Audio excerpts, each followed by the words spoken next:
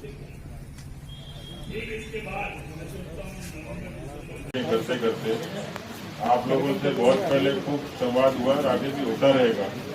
आज मैं कोई बहुत ज्यादा लंबी चौड़ी कोई राजनीतिक बात करने नहीं आया था, लेकिन क्योंकि आप सब लोग काफी देर से इंतजार कर रहे हैं, मैं भीलवाड़ा जिले के तमाम कार्यकर्ताओं को, बहनों और भाइयों को मेरी तरफ से आपको बहुत बहुत अभिनंदन करता हूँ, साधुवाद देता हूँ कि आप सब लोग पूरी निष्ठा और समर्पण के साथ पार्टी के राष्ट्रवाद के विचार के साथ जुड़ के काम कर रहे हैं। अभी लगातार पार्टी के संगठन के कार्यक्रमों का सिलसिला चलेगा, लेकिन उससे पहले जो लगातार आपने कार्यक्रम किए, पार्टी ने आत्मनिर्भर भारत अभियान से लेकर तमाम वो सारी चीजें आपने ठीक से करी हैं।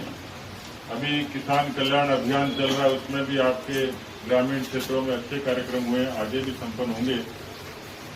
मैं तो इतना ही निवेदन करूंगा कि किसी भी व्यक्ति, संस्था और संगठन के जीवन में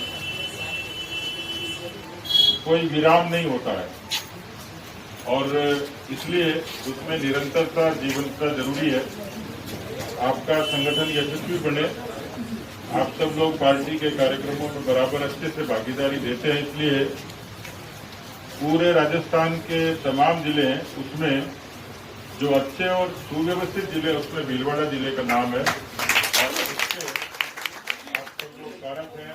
मुझे पता नहीं था, मैंने नए कार्यालय को खाली अवलोकन करना था, क्योंकि उसका हम आने वाले समय में इसी महीने उसका उद्घाटन राष्ट्रीय अध्यक्ष जी के हाथ से कराना चाह रहे हैं। तो मैं देखने तो ये आया था, लेकिन मुझे पता था कि लालू जी वकील तो है ही, लेकिन जिलाध्यक्ष बनने के बाद इतने कुटिल हो जाएंगे कि इतने सारे लोगों को बुला के और मुझे इस तरीके से भागदौड़ करने पर मजबूर करेंगे। लेकिन फिर भी आप सब लोगों के दर्शन का सौभाग्य मिला। मैं आप सब लोगों को बहुत बहुत धन्यवाद देता हूँ। जय हिंद, जय भारत। करता था, मुझे बहुत पीड़ा हुई और जिस तरीके से उनका अवसान हुआ, हम सब लोगों के लिए दुर्भाग्यपूर्ण है, दुखद है। मैं आज उनको श्रद्धांजलि अर्पित करने ही आया था। हमारे बहुत ही श्रेष्ठ कार्यकर्ता भैरूलाल जी मेघवंशी को इसी कोरोना के संबल देने जाऊंगा और यहां से फिर मैं कोटा तो कांग्रेस पार्टी को है, जिसको भारत की जनता ने इतिहास के कूड़ेदान में फेंक दिया। 1885 की पार्टी जो 55 वर्षों तक राज करती थी और आज वो मोहताज हो गई केवल 3.5 प्रदेशों में सरकार, वो पार्टी दोयम दर्जे की पार्टी बन गई। उनका नेतृत्व बिखर गया, दिशाहीन हो गया, मुद्दा इनके पास है नहीं।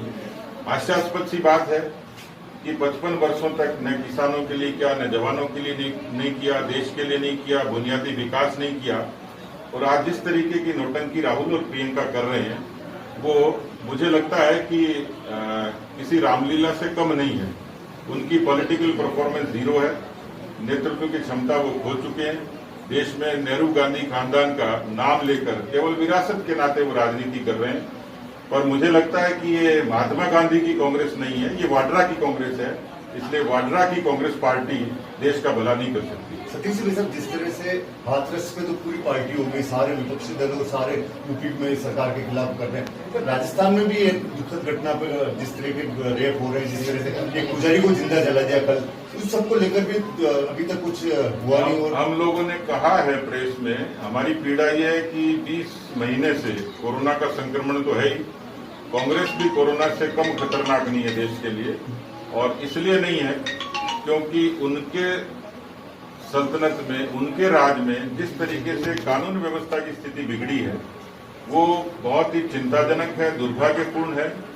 नेशनल क्राइम रिकॉर्ड ब्यूरो ने अब ये प्रमाणित कर दिया, 3,05,000 मुकदमे आईपीसी की धारा में दर्ज हुए, 11,000 मुकदमे सिर्फ इस बात के हैं जो